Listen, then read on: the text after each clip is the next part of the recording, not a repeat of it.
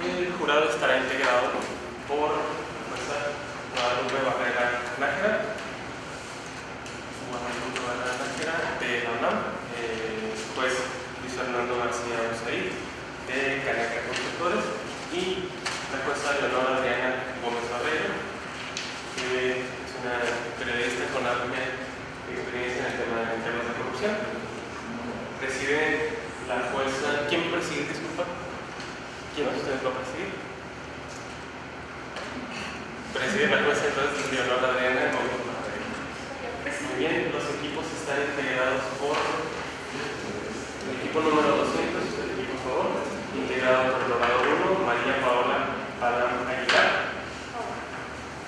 El orador número 2, Jerónimo Munguía Saco, y su auxiliar, Reyes Enrique Vázquez Márquez. El equipo número 110, con el orador 1, Mara Itzel Marcelino, y el orador número 2, Alberto Borrego Flores. Les recuerdo las siguientes reglas: cada equipo contará con hasta 15 minutos para exponer sus argumentos, de los cuales podrán disponer libremente en 4 segmentos. En esos 4 segmentos, en los primeros 3 deberán intervenir un solo orador, y en el último intervención podrán disponer libremente de su tiempo, siempre y cuando se haya cumplido con la regla de 2 participaciones por cada orador.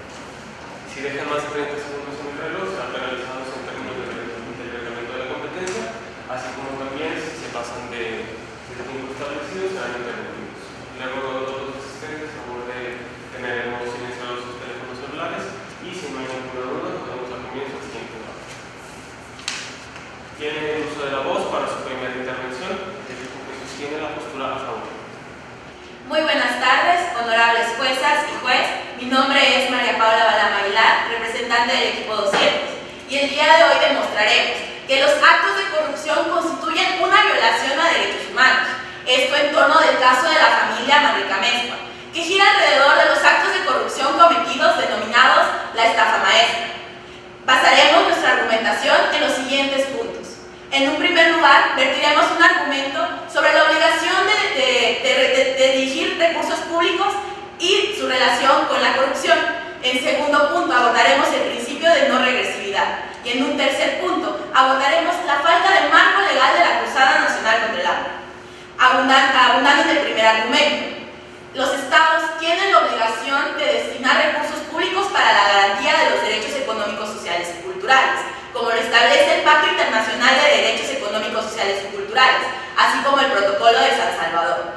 Esta obligación se ve reforzada cuando los estados también tienen la obligación de destinar recursos para garantizar los niveles mínimos esenciales de las personas en situación de pobreza, como lo establecen los lineamientos sobre pobreza extrema y derechos humanos de la Organización de las Naciones Unidas.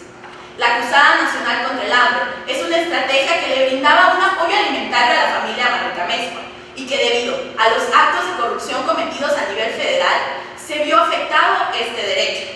La Auditoría Superior de la Federación, en su auditoría, y me remito, 1202-69, hace referencia a que la Secretaría de Desarrollo Social tenía un presupuesto asignado de 555 millones de pesos, los cuales iban dirigidos a repartir 5,000 paquetes de alimentos, gorras, camisetas y darle difusión a la Cruzada Nacional contra el Hambre. Sin embargo, en esta auditoría se reportó que solamente se entregó el 7% de esos 5,000 paquetes de alimentos, haciendo falta justificar un 97% de esos recursos que iban dirigidos a familias como la familia Manrique Amezcua, y que ese recurso jamás llegó.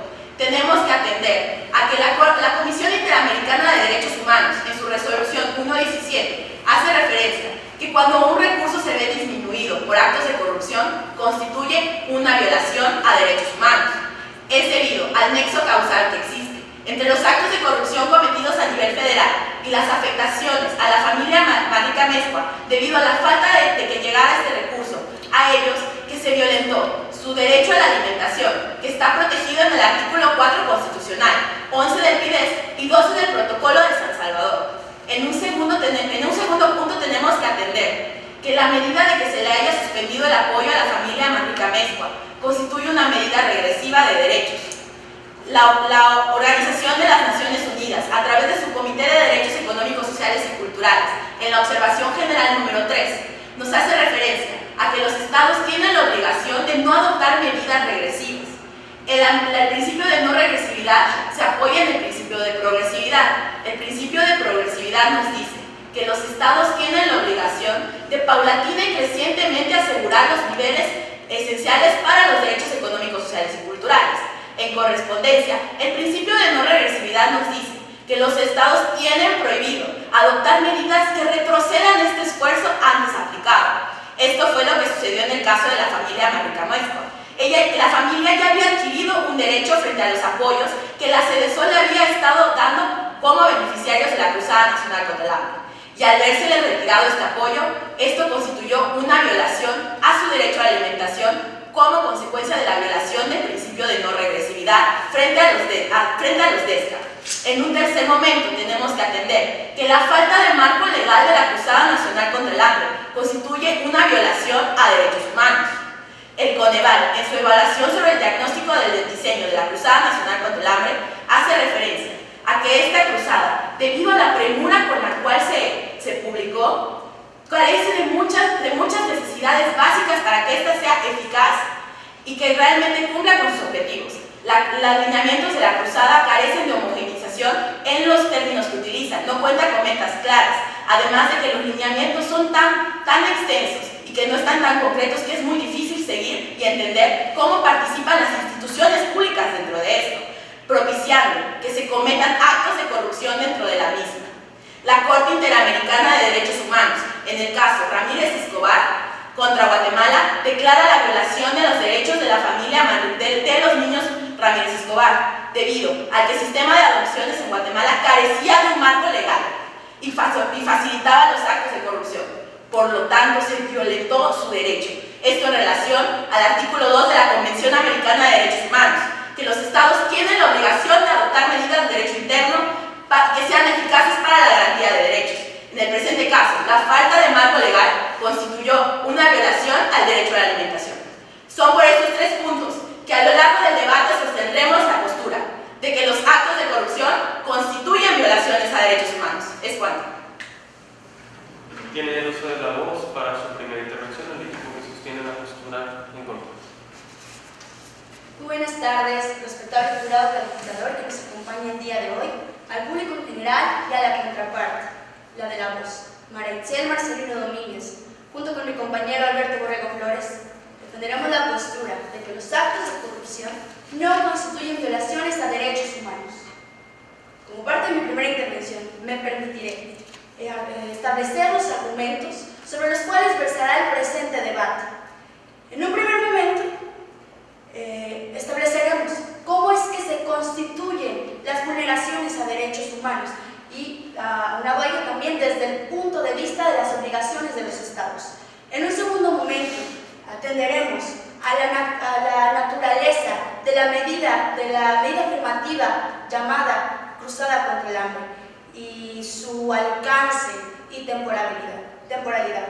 En un tercer momento abundaremos sobre las vías idóneas para poder luchar en contra del problema social como lo es la corrupción. Y como último punto, esta postura desarrollará la diferencia que existe entre un bien jurídico y un derecho humano. Con la venia de la presidenta, me permitiré dar cuenta de lo anterior. En lo que respecta al primer punto, en la Constitución de vulneraciones a derechos humanos hay que resaltar que en cuanto al marco internacional del derecho internacional de los derechos humanos, las violaciones a derechos humanos solo pueden ser cometidas por los estados y son imputables a los mismos. En un segundo supuesto, también podrían ser imputables a los estados estas vulneraciones por el actuar de particulares, en el supuesto de incumplimiento de sus obligaciones.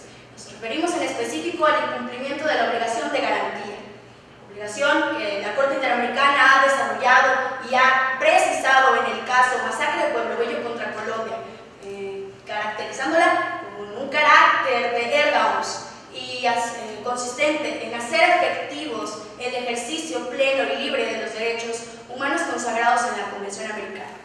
En cuanto al incumplimiento de esta obligación de garantía, hay que hablar de dos supuestos que se desprenden de este concepto. Por un lado, tenemos la falta de diligencia y por el otro, la complicidad o tolerancia por los actos de particulares. En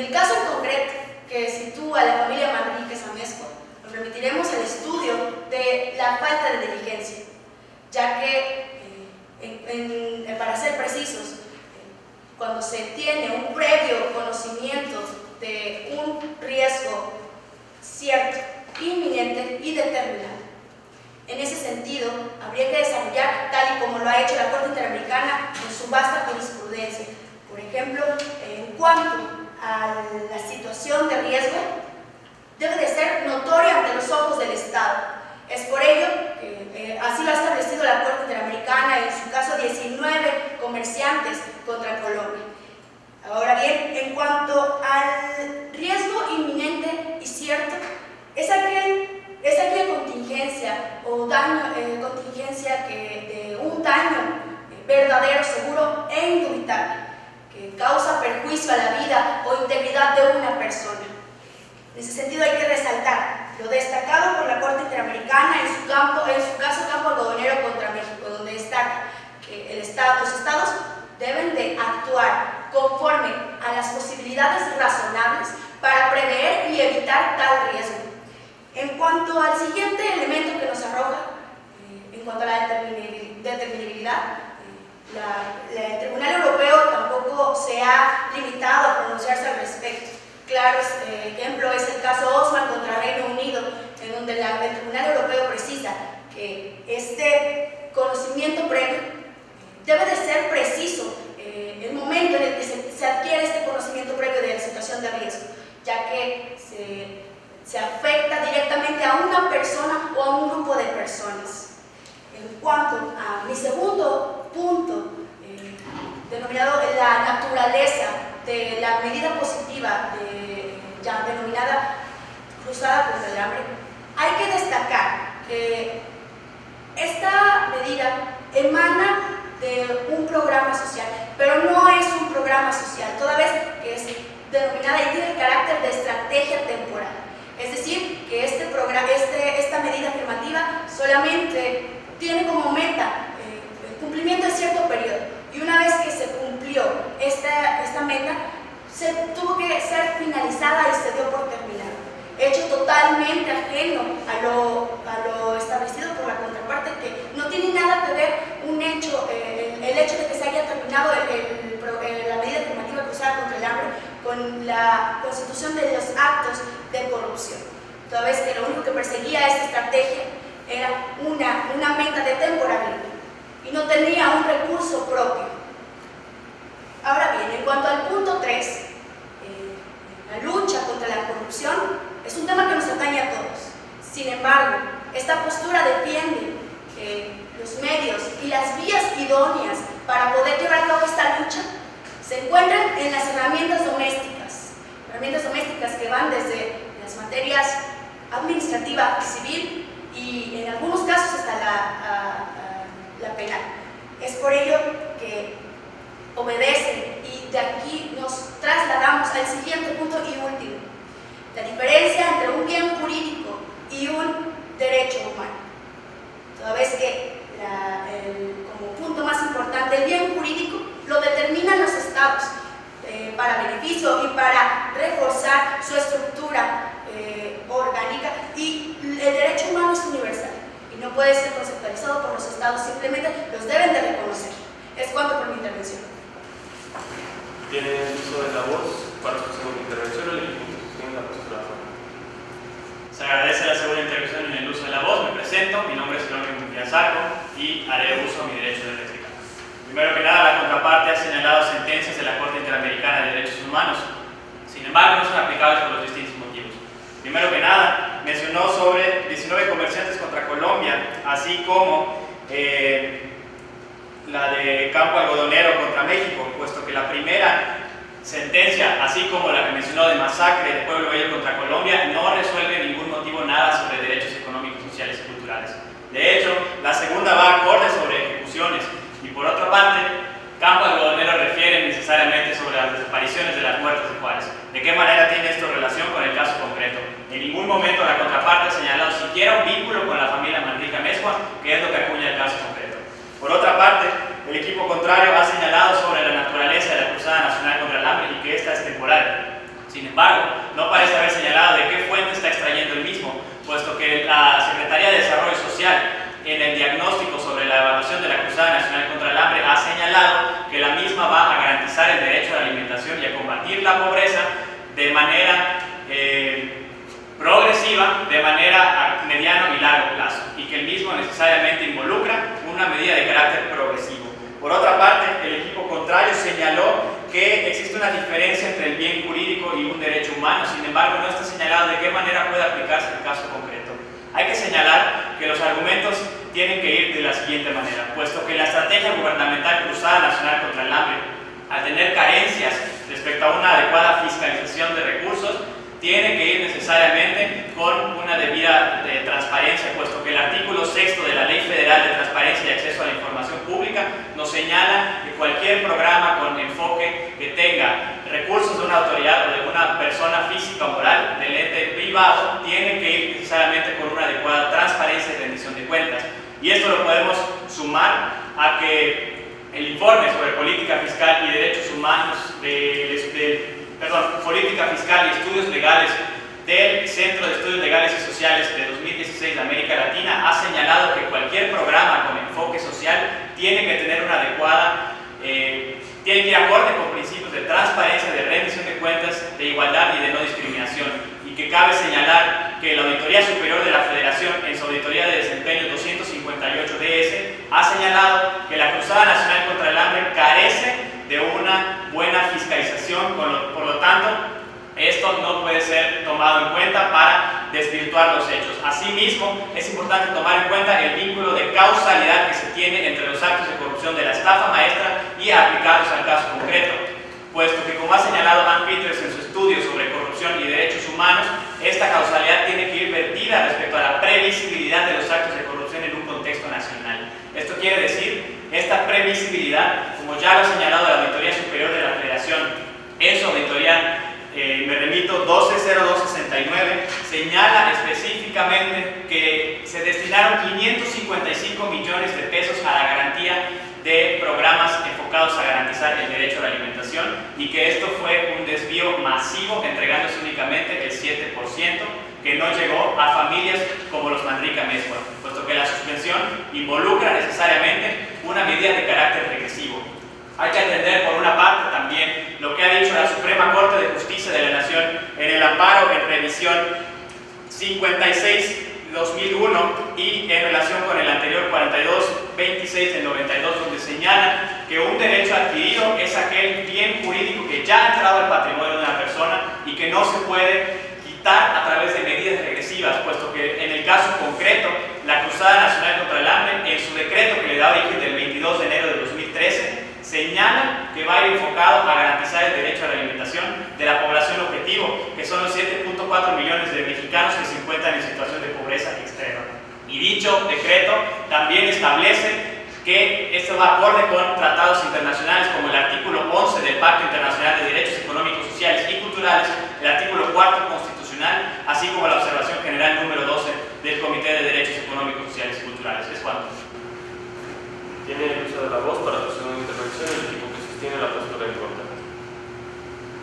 Buenas tardes y muchas gracias por la oportunidad de participar en este debate. Primeramente me gustaría hacer referencia a los señalamientos que hace la contraparte. Primeramente, afirmarle que si bien es cierto, las consecuencias de los actos que se han marcado a través de la jurisprudencia interamericana no tiene relación directa con la corrupción, podemos establecer que sí tiene relación directa con la determinación de la obligación por parte del Estado. Es decir, ahí establecemos las características de la consideración del riesgo que señala y la manera en cómo puede acreditarse una violación a derechos humanos. En segundo punto, la Cruzada Nacional contra el Hambre es una estrategia subsidiaria y temporal que no tiene un presupuesto específico, dado que según lo establece el decreto presidencial, que ya también mencionó la contraparte, es una estrategia conjunta de 19 secretarías. Cada una de las secretarías aporta un presupuesto determinado a la Cruzada contra el Hambre para resolver de una manera integral. En este modo, no podemos acreditar que el desvío de recursos de Sedesol haya afectado directamente a la Cruzada Nacional contra el Hambre, dado que es solamente una de las 19 secretarías que fondeaban esta estrategia. Además, venía a otorgar un paliativo subsidiario a las personas con pobreza alimentaria. Es decir, no tenía por qué resolverle la problemática. La orientación está hecha a aportarle un poco de ayuda a las personas para que ellos mismos puedan, a través de sus medios y de sus herramientas, poder salir totalmente de esta pobreza alimentaria.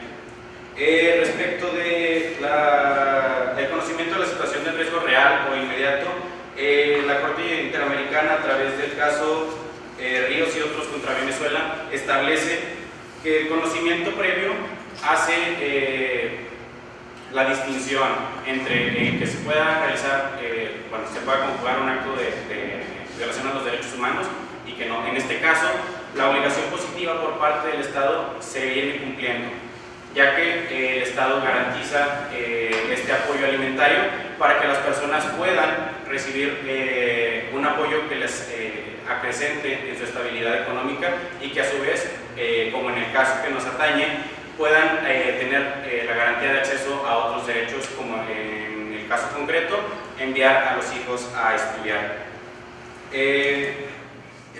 Para ahondar un poco más respecto de nuestros argumentos propios, en el tercer punto de las herramientas domésticas podemos establecer que primero, no podemos hablar de que la corrupción tenga un vínculo directo con los derechos humanos, dado que quienes expiden las convenciones en materia de corrupción ni siquiera son oficinas dedicadas a los derechos humanos.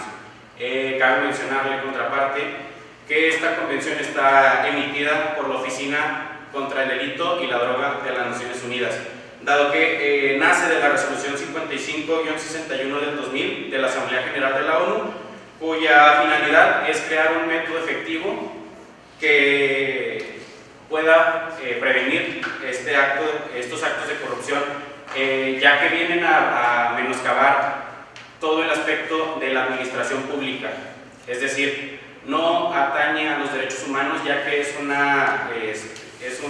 daño directo a la administración pública.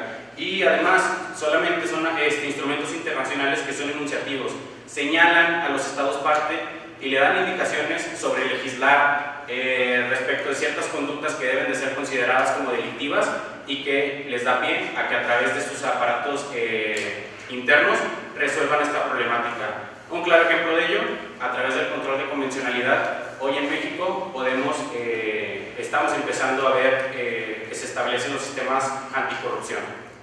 Esto es un reto que tenemos, pero sin embargo no establece un vínculo directo con los derechos humanos.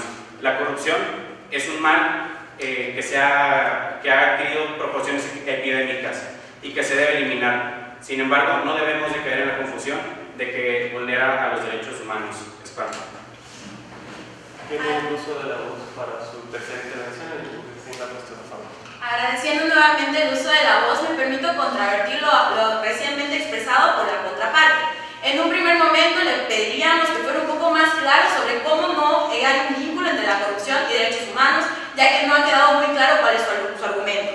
En un segundo lugar, ha advertido que los casos mencionados, por el que no existen casos de la Corte Interamericana que tengan una relación directa con corrupción.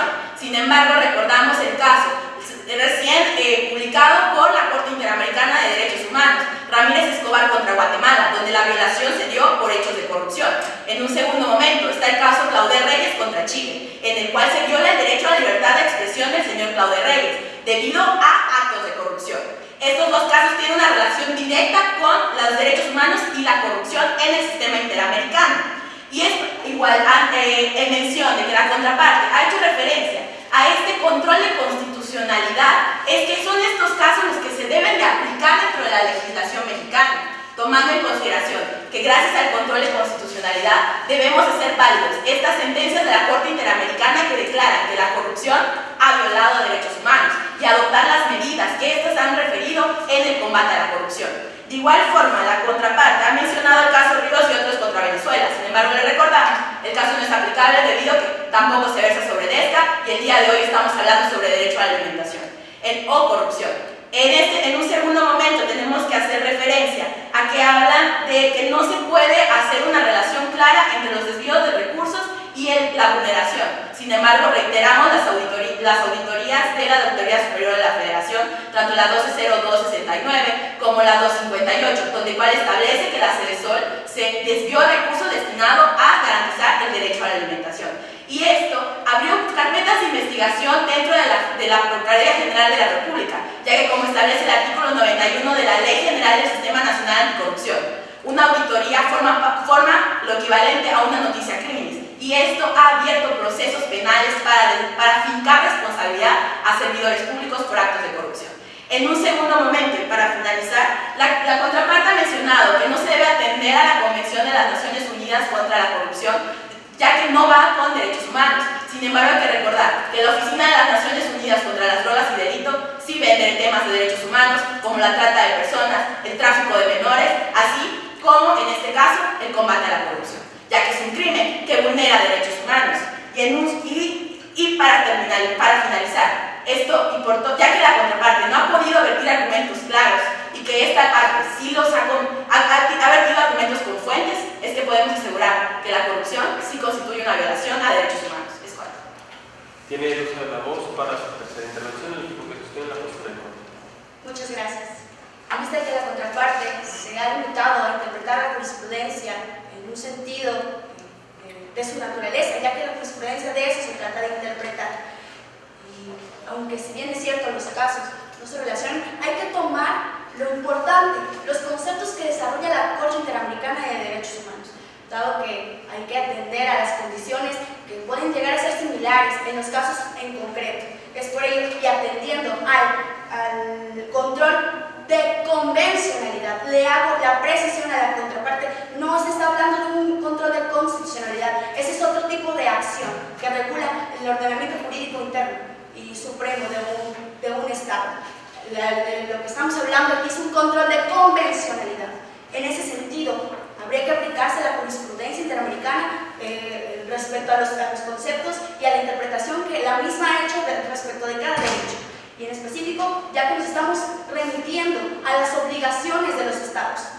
Y en ese sentido, todas las jurisprudencias que ha emitido la Corte Interamericana se refieren a las obligaciones de los Estados, ya que al considerarse una vulneración a un derecho humano, están cumpliendo con sus obligaciones consagradas en el 1.1 y 2 de la Convención Americana sobre Derechos Humanos, lo que resulta totalmente aplicable al caso en concreto, a diferencia de lo que dice la contraparte. En un segundo momento, y para precisar, habla una falacia acerca de las auditorías, dado que no puede hacerse una auditoría de una estrategia que no tiene presupuesto establecido. Entonces nos damos cuenta que la única finalidad que tenía esta estrategia temporal era cumplir con el periodo que se le había asignado. Y en ese sentido, la familia Manríquez Amezco podía adquirir la calidad de beneficiario de otro de los programas sociales que tienen más continuidad y que podían ayudar y abundar a la condición en la que su familia se encontraba y así darles un mejor nivel de vida. En ese sentido, y haciendo hincapié en que las medidas y las vías idóneas para poder combatir de una manera correcta la corrupción es mediante las herramientas domésticas, dado que los delitos, al cometerse un acto de corrupción, se levanta una carpeta de investigación, totalmente atendiendo y de igual forma a la obligación del Estado de perseguir las vulneraciones y sancionar las vulneraciones de los derechos humanos. Es cuanto por mi intervención. Les recuerdo que para su última intervención pueden exponer libremente le cedo el uso de la voz al equipo que sostiene la postura a favor. Se agradece esta última intervención del uso de la voz. Me permito emitir la conclusión. La contraparte a lo largo de todo este ejercicio de debate se ha empedernido en destacar que en un control de convencionalidad y sobre vías idóneas contra la corrupción, sin embargo, no parecimos haber escuchado fuente alguna que acreditara su dicho. Por otra parte, ha señalado sobre las vulneraciones a derechos humanos, no relacionándolo con el caso de la familia Manrique Amezco que nos atañe en el presente caso.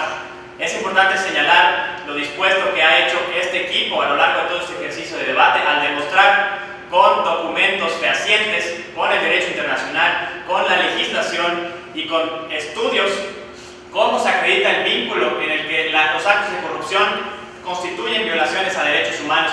Hay que reforzar todo lo dicho sobre este equipo, como lo dicen en el derecho comparado las sentencias de la Corte Constitucional Sudafricana en el caso CCT 27-2000, donde señala que la corrupción por sí misma vulnera derechos humanos, y que en un mismo sentido la Corte Constitucional de la India en el caso Mumbai versus Balakrishna señala que esta corrupción que vulnera derechos humanos va en un sentido que se agrava cuando se está en un estado donde la corrupción es de forma sistemática. Es importante destacar además que los hechos controvertidos por la contraparte no han hecho énfasis de la situación de pobreza en la que se encontraban los Manrique Amezcua y que ante una situación de mayor vulnerabilidad. Hay que destacar que el informe de la Comisión Interamericana de Derechos Humanos señala sobre que la pobreza es en sí misma una violación a derechos humanos y que al sustituirse los beneficios de la Cruzada Nacional contra el Hambre mediante las despensas se está ante esta misma vulneración. Por lo tanto, se ha demostrado el vínculo causal entre la corrupción y los derechos humanos aplicados al caso concreto, y cierro con la siguiente frase emitida por el secretario de la Comisión Interamericana de Derechos Humanos en las cumbres de las Américas hace 10 días. La corrupción viola derechos humanos por sí mismo. Es cuanto. Tiene uso de la voz para su cuarta y última intervención el equipo que sostiene la postura en contra. Quisiera retomar rápidamente lo establecido a través de la representación del Senado mexicano en la cumbre de San Petersburgo de 2015, referente a la Convención de Naciones Unidas contra la Corrupción, en donde la Organización de Parlamentarios contra la Corrupción instaba a crear un tribunal competente para resolver en materia internacional de corrupción. Y hasta hoy, a pesar de haber corrido 3 años ya, sigue sin haber una respuesta. Ningún otro tribunal tiene la competencia, por lo tanto podemos creer que no existe una violación a derechos humanos, ya que los tribunales de derechos humanos no pueden resolver en esos casos. Los actos de corrupción vienen a vulnerar el Estado de Derecho y las instituciones, no vulneran como tal los derechos humanos.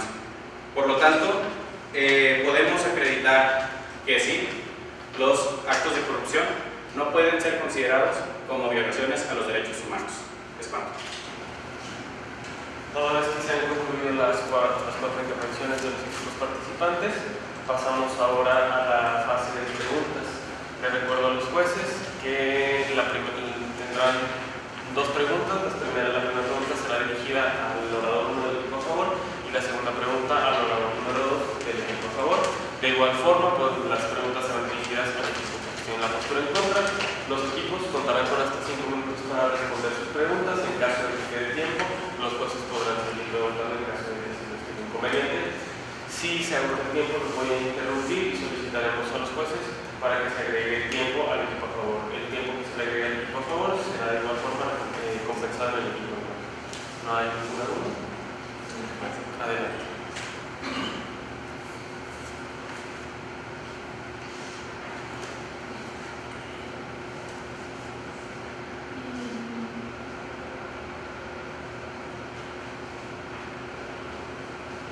Estoy intrigada por la relación entre este argumento de previsibilidad de Nantes con el argumento de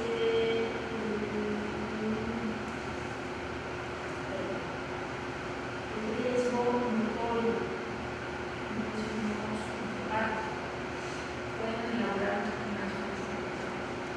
Agradezco mucho su pregunta. En un primer momento, desglosando un poco más lo que refiere a Ann Peters en su obra Derechos Humanos y Corrupción, nos habla que la conexión que existe entre derechos humanos y la corrupción se puede dar de 2 formas: la previsibilidad y la relación que haya entre el funcionario y el individuo. En este caso, nosotros abordamos el de la previsibilidad, ya que de las auditorías de la Auditoría Superior de la Federación se desprende que los recursos que no llegaron eran directamente de la Secretaría de Desarrollo Social y se demuestra inclusive cuántas cantidades de estos recursos físicos no llegaron a las personas. Entonces podemos ver cómo hay una previsibilidad en el hecho de que al desviar un recurso que está ya etiquetado para garantizar el derecho a la alimentación, hay un daño inminente en un futuro inmediato, de que no va a llegar el recurso a las personas que realmente lo necesitan.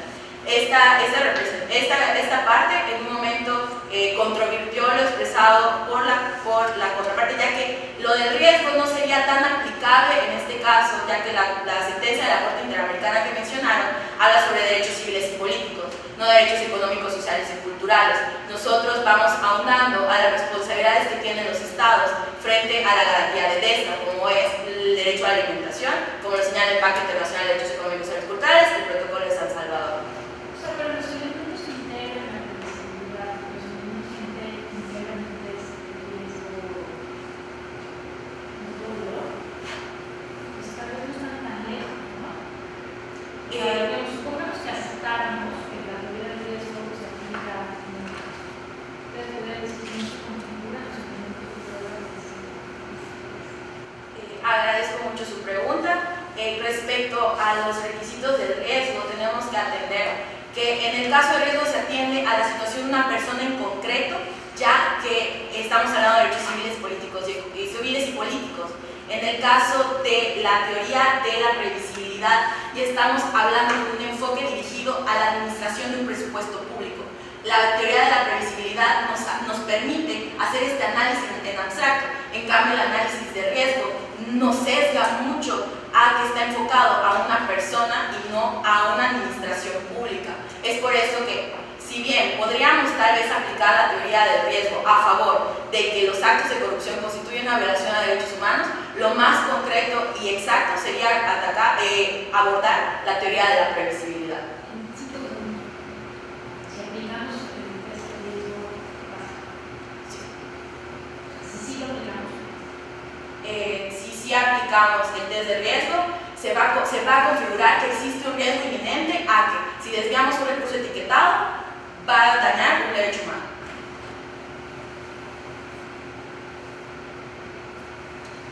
La siguiente pregunta será dirigida al orador número 2.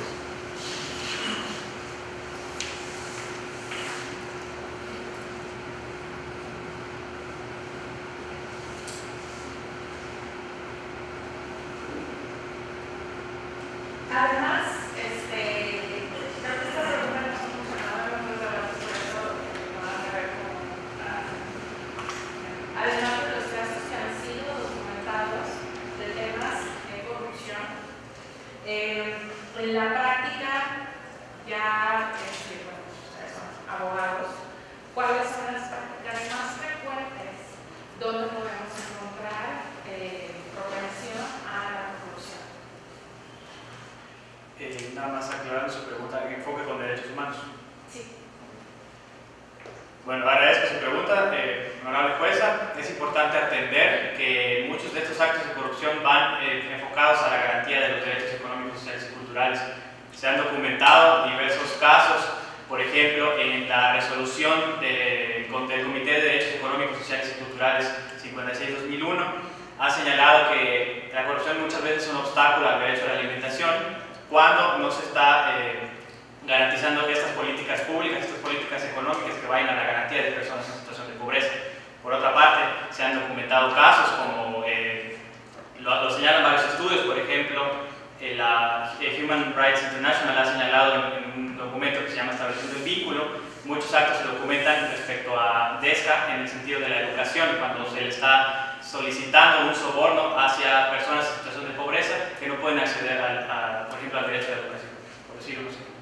El derecho de inhibir el derecho de acceso a la información, uno de los ejemplos o de los casos que se han dado aquí es justo cómo se utilizó el derecho de acceso a la información para poder documentar este caso de corrupción. Entonces, ¿consideras que inhibir el derecho de acceso a la información trae un agravio a los derechos humanos y de qué forma sería? Claro. Agradezco la pregunta, por supuesto que sería un agravio, puesto que ya se ha documentado en el caso Claudio Reyes versus Chile y que también va en relación con la resolución 1/18 de la Comisión Interamericana de Derechos Humanos, cuando se está se quiere denunciar un acto de corrupción y no se permiten los mecanismos idóneos para transparentar o para rendir cuentas cuando se trata de programas de políticas públicas. Es importante señalar también que inhibe en este caso y agrava, puesto que los principios de derechos humanos, como ha señalado en casos de Acevedo Buendía contra Ecuador, señala precisamente en un párrafo específico donde establece que esos principios que van acorde con la garantía de los DESCA tienen que ir necesariamente con políticas públicas que tengan acceso de transparencia, de rendición de cuentas y de información pública, y que va conectada con esas resoluciones que he mencionado.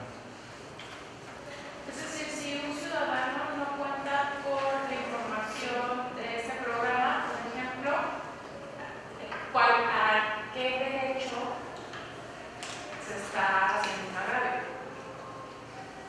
Claro. Agradeciendo la pregunta nuevamente, el agravio que se le estaría haciendo al ciudadano sería la libertad de expresión y pensamiento protegido en el artículo 13 de la Convención Americana de Derechos Humanos, que va relacionado con su acceso a la información pública, es decir, a que se estén transparentando muchos de estos actos de corrupción con los cuales un ciudadano puede acceder mediante una petición al Estado.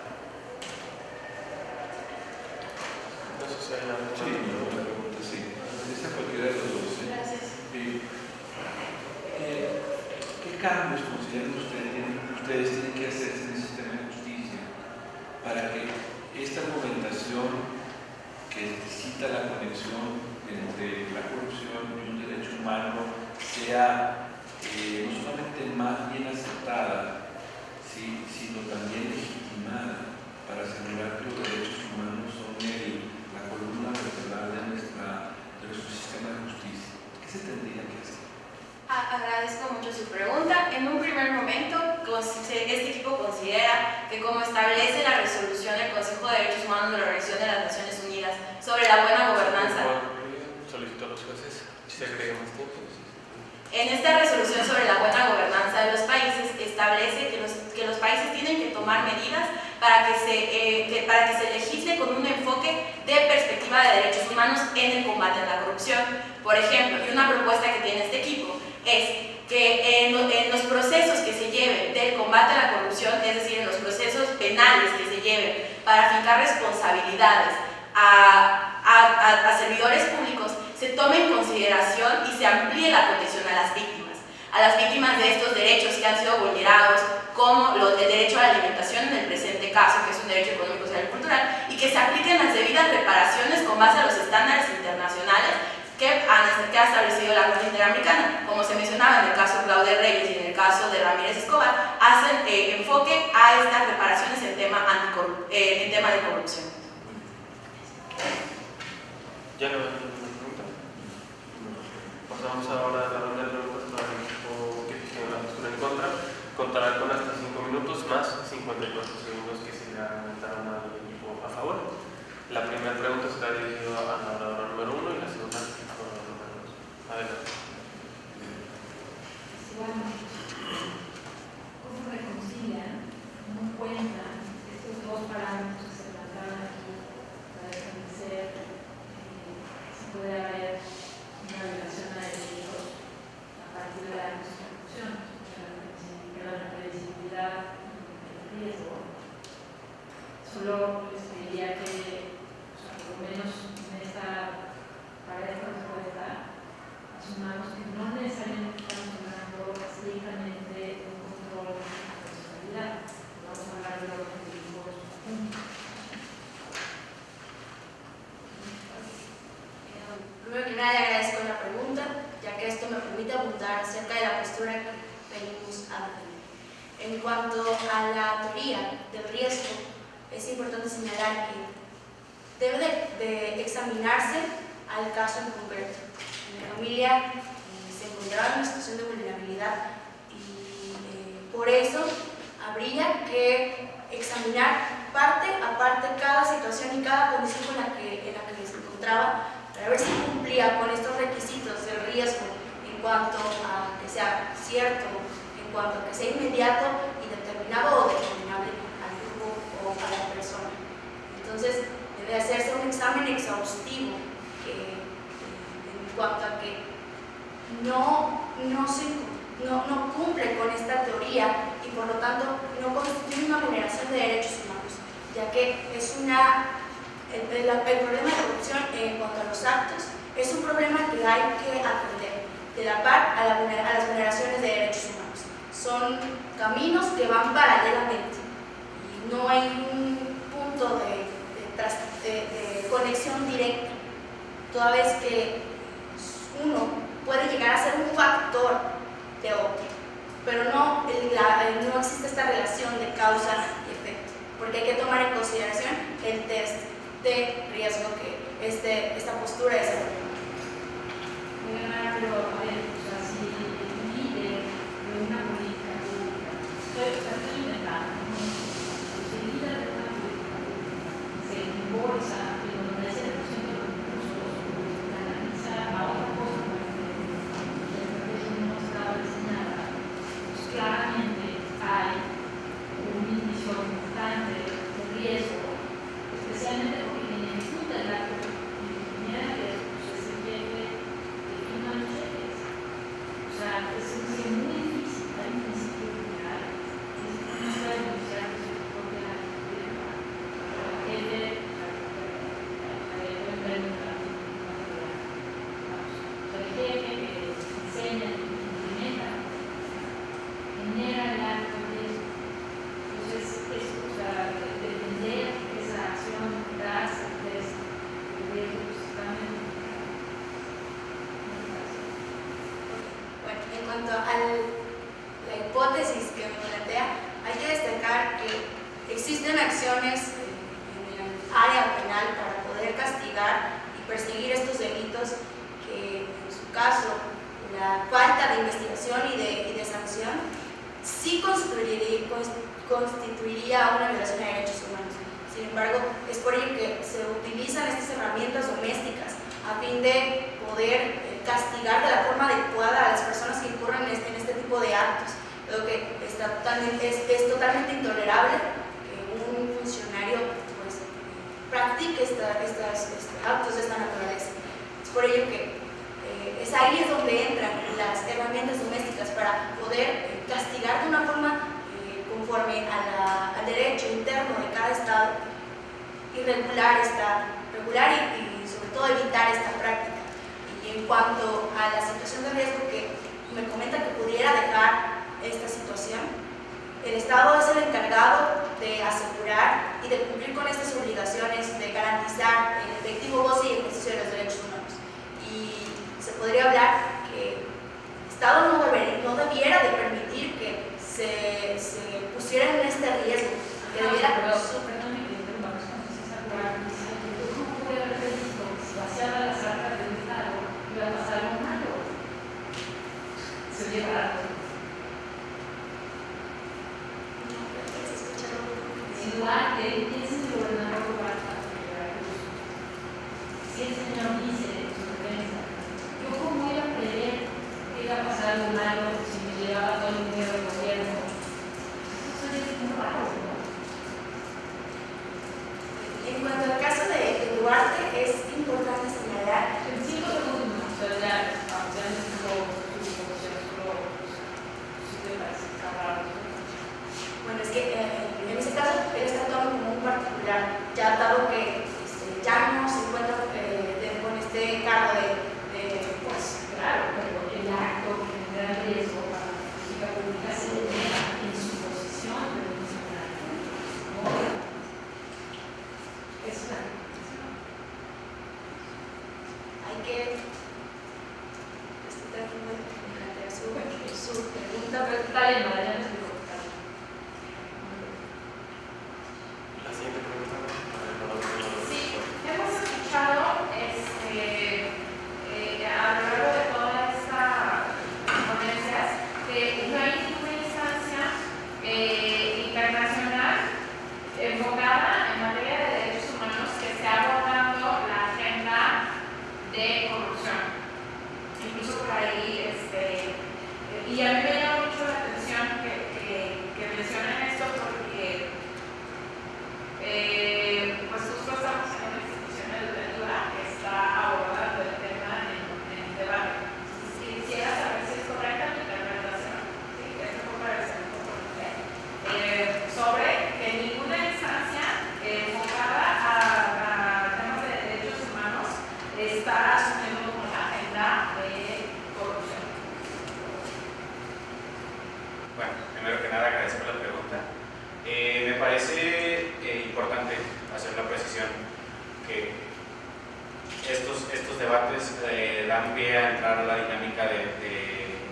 analizar esta situación y en el análisis, en la investigación que se realizó, pudimos percatarnos de ello.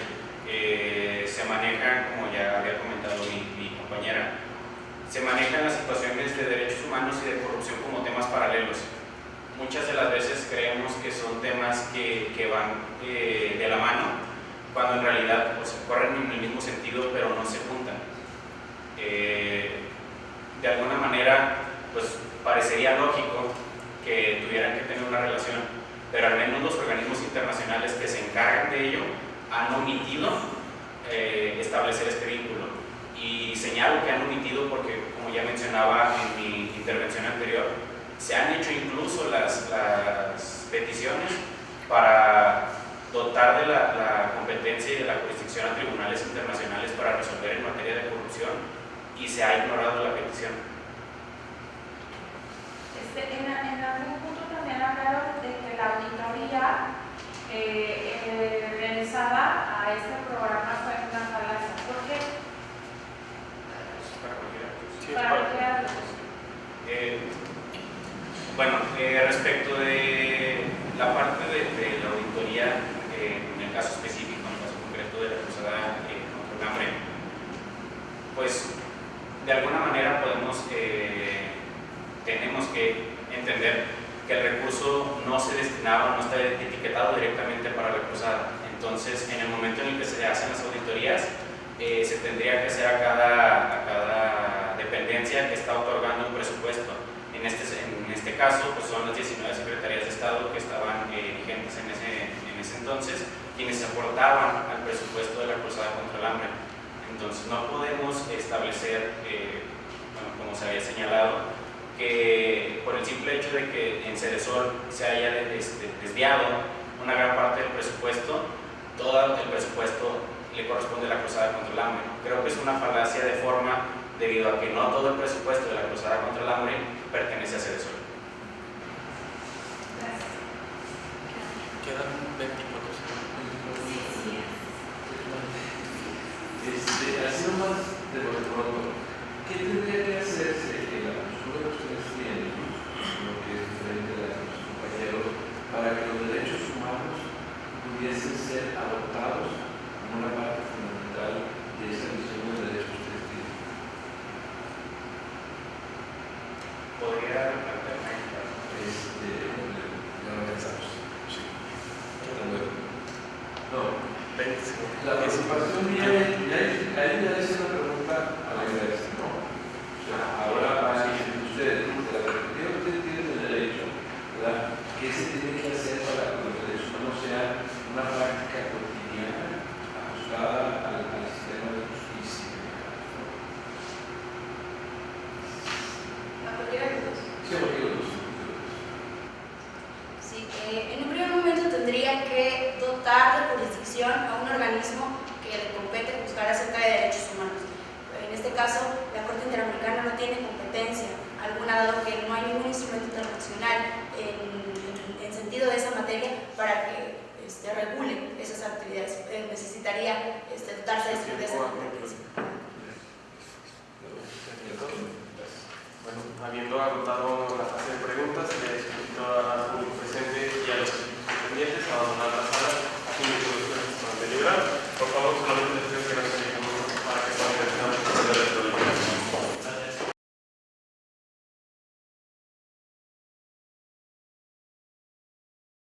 Bueno, nos felicitamos. La verdad es que creo que este debate también nos permitió abrir nuestra perspectiva. Nos abordaron cosas nuevas y me gustaría felicitar la manera en la que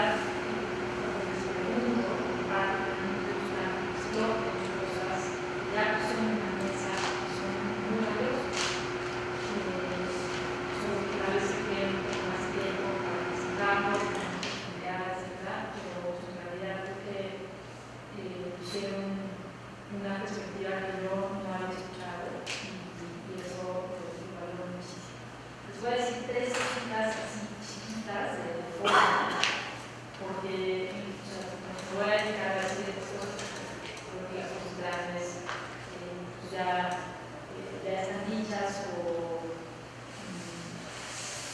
como trabajan muy bien, ya no hay que entrar en eso, pero 3 cositas. Hay unos temas en medidas que vale la pena enfoque en controlar porque digamos que les merecen el esfuerzo que han hecho para preparar su presentación. No puedo resistir la tentación de compartirles un asunto de estricta preferencia personal. Lo doméstico es lo opuesto a lo salvaje. No lo invierno